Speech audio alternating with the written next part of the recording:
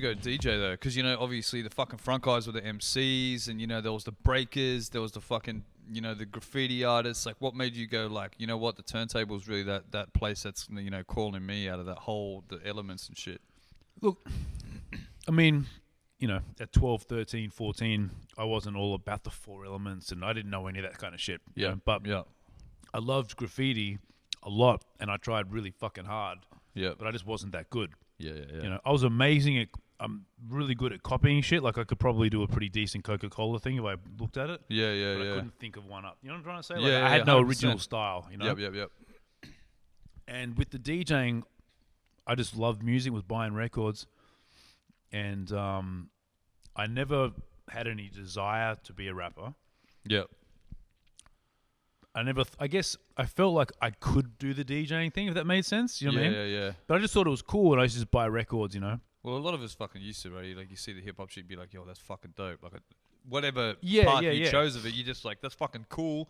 I just want to do it. I just want to get started. Yeah, and I had an actual turntable that I could sort of go, just the one that I could go, and be like, this would be fucking great if I had a second one, or whatever. Fucking oath. And I just sort of fell into it, Yeah, sick. So then, fast forward a little bit, I suppose. Then, right? Your how did you get? Because and I suppose we'll get into this maybe a little bit later. But when I had met you, you were already pretty established. You know what I mean? Like, you were one of the main dudes. Everyone looked up to Nino. You know what I mean? Like, you had already I don't know if I was there at that time. I was like, well, I mean, I'm telling you from a young count. Yeah. Like, I'm only a couple of years younger, but at the same time, like, I know that for us, it was like, because there wasn't heaps of hip hop clubs. I was about to say there was almost like there'd be one place per night of the week, if that makes sense. Like, one good spot. Without doubt, yeah. I mean, like, one Thursday, one Friday, one Saturday, and that was just it. Moved. Pretty this was the similar. club on the Friday that everyone was at, and that's Yeah. why we still know all these dudes. And then then the Saturday was the same. It was just the same dudes in the different club. So when we met, I was at Chocolate City. Correct. Yep. Which was definitely a bit of a career starter for me. So that was your main sort of first.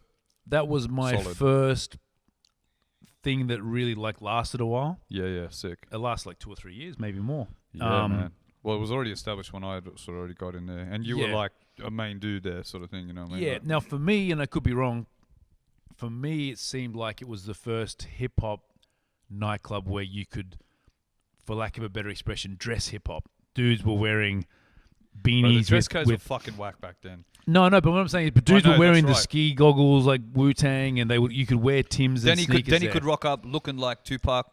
You could at Chocolate City, yeah. Where the other clubs wanted you to wear trousers and leather dress shoes, fucking and oath, yeah, do you know what I mean? So that's what Chocolate City was cool for, Yeah, 100%. Yeah, and what's crazy now, especially in Sydney with the lockout laws and everything that happened, it was like the main set was 2 to 5 a.m.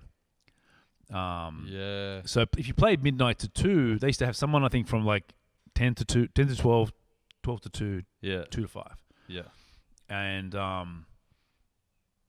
I played the 12 to 2 slot, and there was a dude named Clever C, and he used to do 2 to 5, right? Clever C, 100%. Well, Clever's around it. Yeah, and then Clever C, I think he sort of fell out with the people there, and he eventually moved to Brisbane. Yep. And I guess I got promoted to his spot, the 2 to 5, Yeah, heck. And it was wild, man. Yeah, crazy, bro. So what was your then? And this intrigues me, and this is exactly why I love to fucking get guys like yourself here, because there's elements of that I've known you, but we've only ever known each other for, like, through music. So it's interesting to know, like, what was like your first gig? Like, what was like the first time? And prior to that, like, were you just cutting up, spinning at home, or? Yeah, like, I was just DJing at home, and I used to do a lot of house parties. Yep, dope. Jeff. Godzilla knocking shit over. Yeah. I had tried a couple of gigs, and for everyone tuning in, you remember this is the 90s where everything was fuck you, fuck you, fuck you, right? So what I mean by that is you go for a club gig, and I remember once there was a club on Pitt Street, and they had a little back room where they had 2 DJ spots, like two slots for guys to DJ. Yeah. But they had 4 of us sort of rotating, and they gave us all this big bunch of tickets, and they're like, write your initials on the back and give it to your friends. I remember walking out of the meeting and being like, "Fuck that shit," and just not trashing and be like, "I'm not gonna fucking hand out Tickets. this, and I just want to DJ." Yeah. And I didn't last long there. Really? I never got a shift. Man, that's I picked up pretty quick that promoters weren't booking you whether you were good or not. They booked you if people came to see you. I learned that real quick, right? Which is a fucking important lesson to learn. Yeah, and like I said, it was the 90s. At that time, I didn't even know any DJs that live. I mean, now, every DJ you talk to could be living off DJing, right? But back then, I didn't really know anyone that was living off it. Everyone had a job, right? Yeah, spinning on the weekends. So I never, I guess if you wanted to be good, you wanted to be good because you wanted to be good. Because it wasn't like you wanted to be good to get a gig or whatever. Like, the shit didn't exist like that. So I was kind of like, fuck this. I don't want to hand out tickets. I don't want to deal with this bullshit. And I wasn't even like trying to be like that guy. Man, I was just in my mind. I was like, it's not what I'm doing it for. Yeah, I'm not doing it for this, But then I thought, but I love this shit. Maybe there's a way I can make my name big. So they book me without giving out tickets like a dickhead. And that's when I started. Shout out to the dickheads giving out tickets. Yeah. None of them are DJing anymore. You ticket giving motherfuckers. This is sort of when I sort of started to know you, and bro, back then it was a big deal. But speaking of mystery, like I remember vividly, I think it was Non-Stop Flavor Volume 3. You had Mystery had done the cover. It was like the Uptown Saturday Night cover inspired. Bro, it's imprinted. I still got the piece of paper somewhere. Bullshit. Yeah. I need to get a copy of that shit. Bro. Yeah, no, Frame he that was shit. That's hectic. And like we said, like because we love this shit. Yeah. Like, I paid him money to do that. So dope, bro. Yeah. So, but talking about that though, like, because back then you were, it was you and Carl Alley. Yeah, I think I did the first Non-Stop Flavor thing on my own. On your own? And then I did the other ones with Carl Alley. Yep. And you met Carl Alley, Carl? Yeah, of course. Yeah. Like a beautiful guy. He was always kind of a bit shy, quiet, if that makes sense. He's not the overstated guy. He's just so I used to sort of push him, like, let's do this together. Let's, So we did that. And then we did like 4 or 5, and I used to always have a thing like something can be cool up to volume 1, 2, 3, 4, 5, but volume 9 is not cool, So Skits mixes up to some fucking hectic shit. Well, he's the I like Nick, man. Me and Nick, volume fucking 78 or something. Yeah, I always I used to run into him pre-COVID, like at airports all the time. So he's cool. He's my dude. Mate, but yeah, but he does that. But like, no, I was like after 5, we sort of stopped it, and Carl did his one, and I did a couple called Chief Rockin'. But Carl used to be the one out selling the CDs for any authorities. I can give you some. We still did them together. They were just different. We just do our own ones. But he was still, we're still selling them together and involved. Selling them for promotional use only. No, for cash. Hey, it's all done. All right, the jury's out, so it doesn't matter. Yeah. So tell me about those years as well, man, because that's when I feel that was like, you were doing the mixtapes, I felt, just before the motos and all that came in. Yeah, we did it just before Moto, and then Moto was the first to do like a proper printed CD. Right? Wait, the volume 3 was pretty official. They had the printed CD. Yeah, so he must have done his one like just before that. Right, okay. Right. Because I remember seeing it and becoming like, fuck, this is mad. Fuck, they've stepped up the game. Yeah. And the trick back then, you used to have to find a place. I mean, I don't know how he did it, but I had to find a place that would just make them, because technically the places themselves had, they don't want to do things that aren't legit. Yeah, of course. But we where there's a will, there's a way. And my dad's from Sicily, so I'm very persistent. But we got them done and we were selling them, and then at around a similar time, Funkmaster Flex was putting out his legit albums, and I was always inspired to do the 60 Minutes of Funk and all that stuff. Yeah, I remember that. And I always wanted to do like an actual thing, because what I always wanted, which I achieved, was I wanted to be able to travel and DJ. Yeah. Mainly because, like you said, there was like a Thursday club, a Friday. At one point, there was like Gas Thursdays, Chocolate City Fridays. There was EP1 Saturdays. and Mothership on Sundays. And at one point, I was doing all four All four. clubs. I Did used you to ever do only Step Forward? like as a guest sometimes. Yeah, Sometimes I you know. remember. Yeah. And EP1 I did like every other week, and I used to sometimes go to Canberra, and the things were starting to happen. But I was like, fuck, if I can do an album, We need to a elevate legit this. album, and get on TV with a TV ad, Yeah. then I can go to Perth and I'd started to do like, Carl, myself, Motto, a few dudes were starting to travel a little bit Yeah. off the back of our bootleg mixtapes. Yeah. Guns, Tickles, shout out to all those guys. Yep. And but I always wanted to, really go for Go hard. the legit thing, 100%, bro. And I mean, it was a different time back then, and Kickstarter. I'll probably go into like later on, but I did want to touch on your favorite spots and making those mixtapes, and where were you sourcing all your content as well? Like, I mean, because it was a different time back then, bro. You The mean the vinyl music, stores. or- Yeah. Yeah, Because you had to go to record stores and physically like flipping through the pages, just see what had come in. yeah. And What spots are what were your hot spots back then? well, I used to shop a lot at Unsound Records. Yep. And Anthem Records. Anthem. But Motto owned Anthem, and I used to always feel like he hid the records. I'm sure he fucking did. Yes. I could almost guarantee He's that like, he he'd did. wait till I leave, and he'd... Yep. Nah, Bring it Motto back was out. always really cool. I used to be a real prick. I'd open up all the records and like find the flattest one. Please, Nino, don't fucking undo the packaging. But and what would happen is if you had relationships with the stores, and I remember early on, for example, if it was a new artist and no one knew, they might order one copy of something, Yeah. and then if it was good, they'd reorder a shit ton for the next order, but that might be 2 or 3 weeks. And you had to get twos. Like you I had to get used to two always tw- you get have to two, get two yeah. 12s. And if I they were remember. good records, I'd get 4. Or I'd go back and buy another couple to have like crisp for a mixtape or something. Because the more you wind the record back, the more it starts wearing out and the sound quality degrades. But it was. I actually found that easier, and I think less stuff was coming out. That's the one thing I miss about those times is getting the record and listening to the record, and I felt like we didn't know what was coming out. If that makes sense. Oh, bro, without Yeah. doubt, the information wasn't there. Like, I remember, the perfect example I always fucking use is J.O. Felony. Yeah, exactly. All right? But J.O. Felony, like, I remember you'd have to go, I used to go to Soul City, because that was in Bakesells around the corner of a school. And I remember going down there, and you'd have to get the cover, and you have to read the sticker on it to know who else was on it, right? And to make a decision, the feature artists are pretty fucking hectic. So I'd probably say that if they're fucking with this artist, then it's probably good. Then you'd look at the producer credits.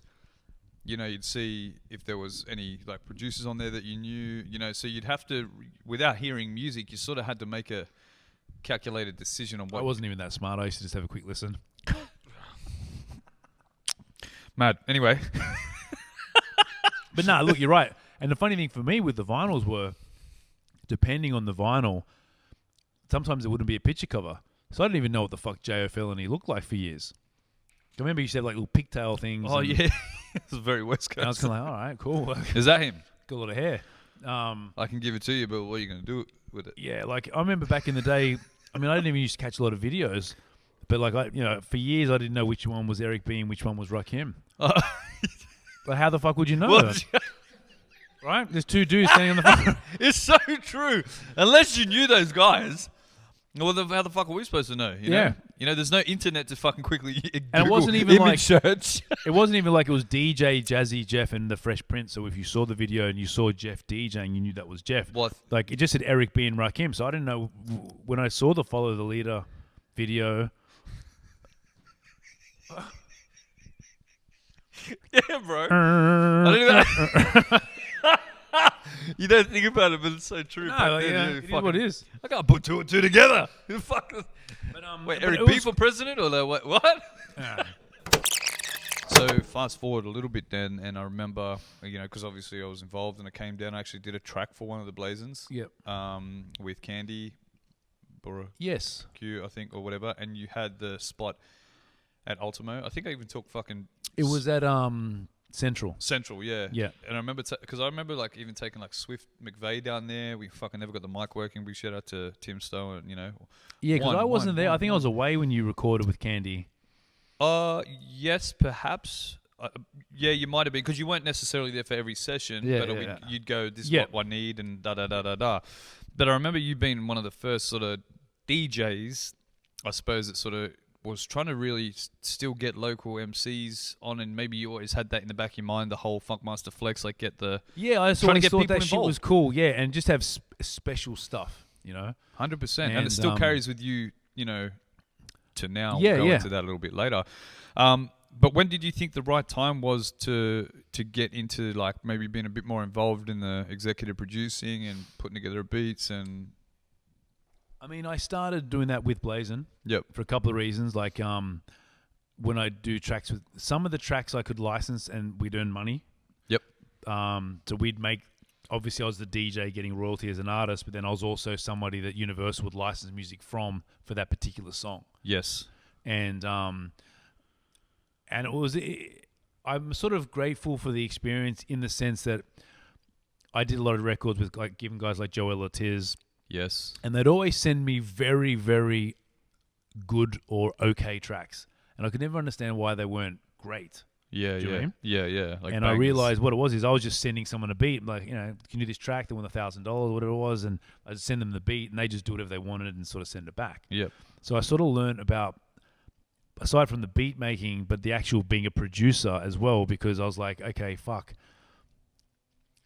I realized that I've got to give artists songs potentially with a chorus or with a real structured sort of theme. Yeah. Do you know what I mean? Yep. Yep. So that way I at least know what the song's about. Like if I've made this beat and I envision a song about Mount Franklin water and explain it to the artist, the right artist can do that.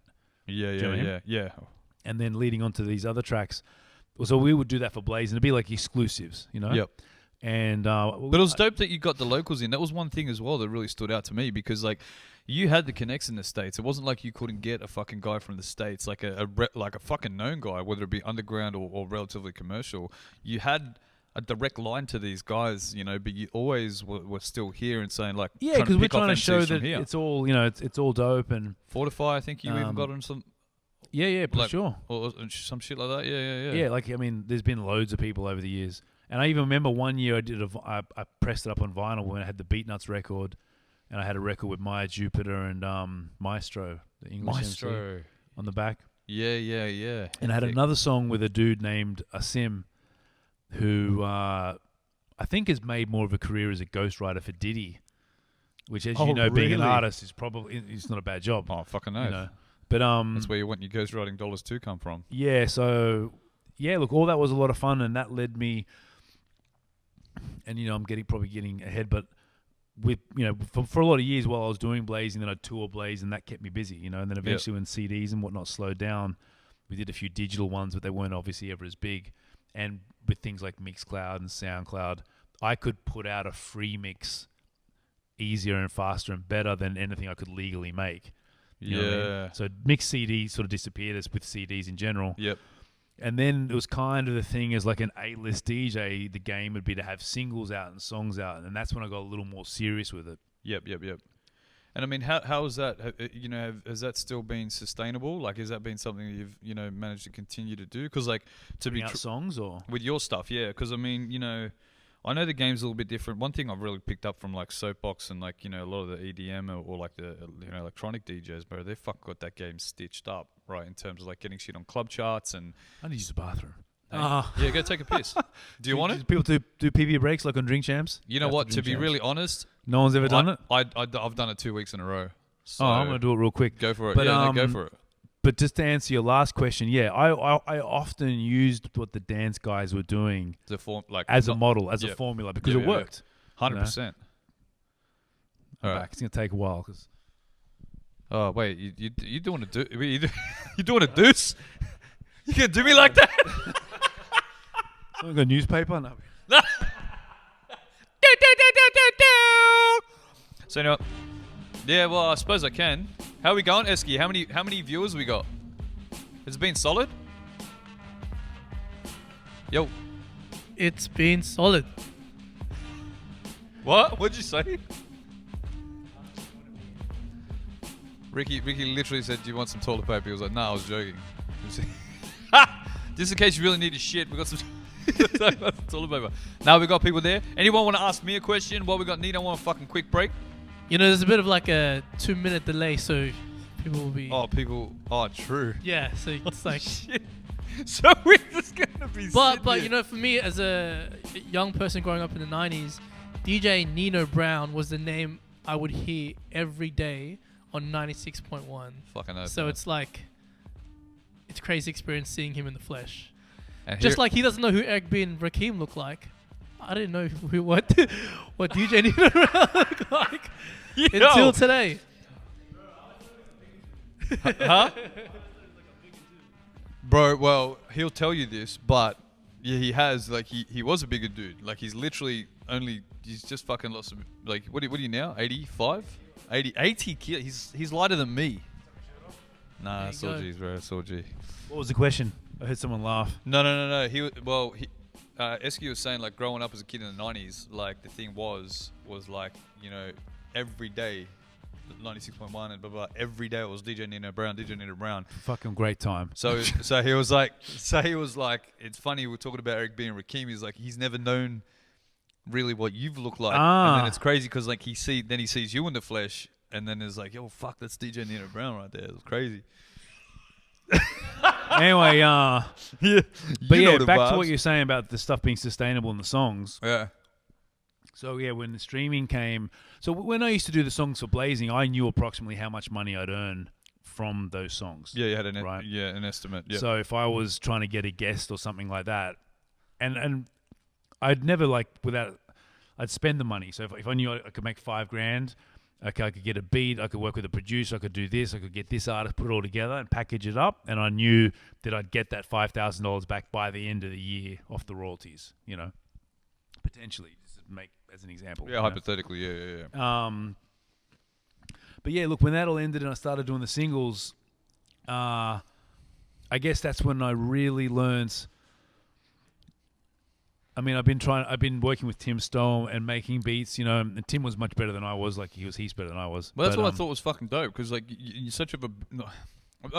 I don't want to say it like it's because it's fucking very intelligent. It's funny how it's where the game moved to, you know, but you were always of a mindset, like, you know, well, I know I could do that. I know I could probably do that if I put a couple of years in, because you did it with DJing, right? Yeah. So you'd just be like, nah, I'm going to get a guy who I know is fucking good. I can tell him what the idea is. I can get, you know, I can do a little bit, but then they'll just make that. Yeah, well, what Bigger happened with thing. Tim, the story with that was he saw me at one of the Superfests and he was just kind of like, listen, this guy's doing shit. Big shout out to Tim, by the way. I saw him the other day. Yeah, I haven't seen him in a long time. But I'm doing the fucking BJJ.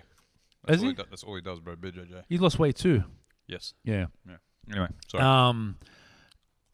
And he approached me saying, you know, I'm sure the next step for you is to do this. And I was like, yeah, look, it is. You know, I'm trying to make beats. I'm trying to do this, and this. So he saw that window almost. Yeah. Yeah. So he came to me. Now he's a fucking smart dude as well, bro. Yeah. Like, I mean, he's not as smart as me, but he's all right. No. obviously, But obviously not. And that's when I was kind of, well, look, you know, what I want to do is have like a production team, because I'm in a situation where, for example, Sony would come to, we did a Timomatic remix, right?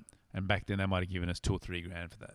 But they were not just buying a remix, they were buying into the DJ Nino Brown brand. They wanted me to play on the radio. They wanted the whole shebang. Yep. So I was like, listen, So if you're we like team up. 10 grand. No. I'm saying it was $2 or $3. But what I'm saying though is, Yeah, but what I'm saying is like, oh, you want on the radio, then I'm going to bump that price up. No, you want the bigger package. Or do you want the little package, or you want the bigger package? I wish.